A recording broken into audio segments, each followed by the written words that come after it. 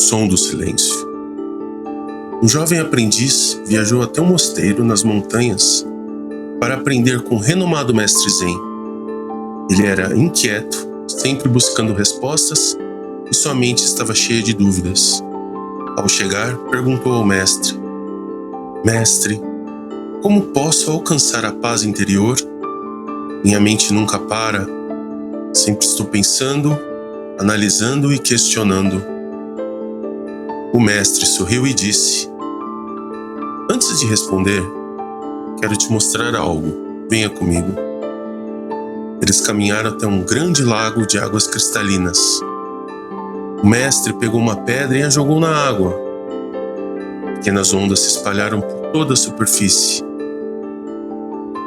O que você vê? Perguntou o mestre.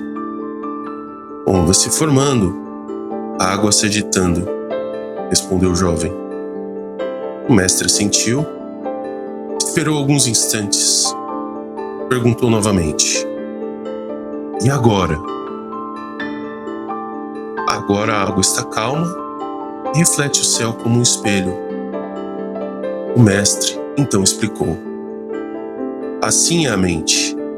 Quando estamos agitados, nossos pensamentos são como as ondas, turbulentos e distorcidos.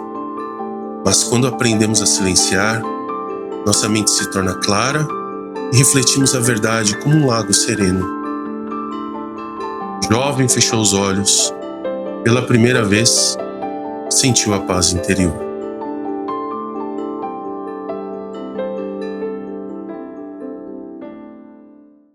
Se você gostou desse vídeo, deixe seu like. E se quiser mais histórias para a consciência, inscreva-se no canal e ative o sino. Voe alto.